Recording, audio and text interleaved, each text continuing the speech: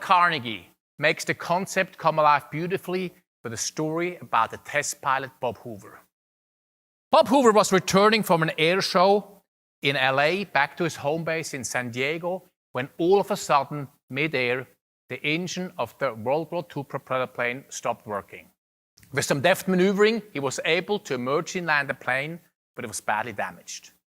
Fortunately, neither he nor his two passengers were injured. His first course of action after exiting the plane was to inspect the fuel. And just as he suspected, it was filled with jet fuel versus gasoline. That's about the same thing as if we would fill our cars with orange juice. Upon returning to his airbase in San Diego, Hoover asked to speak to the mechanic who serviced his plane.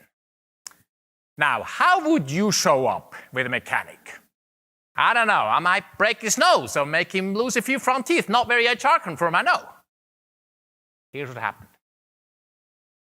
The young man was sick with agony. Tears streamed down his face. He just had caused the loss of an expensive aircraft. He could have caused the loss of 3 lives. Nobody would have blamed Hoover for ripping in a mechanic for his carelessness. But instead, he did none of that. He put his big arm around the mechanic's shoulder, looked at him sternly, and said, "To show you that I'm sure you'll never ever do this again, I want you to serve my F-51 tomorrow."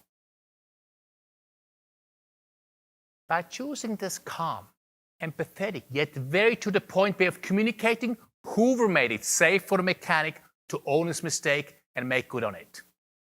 From this day forward, the level of trust between Hoover and the mechanic was unbroken, and the mechanic never made such a grave mistake again. Why? Tough on results, tender on people drives performance. But how exactly?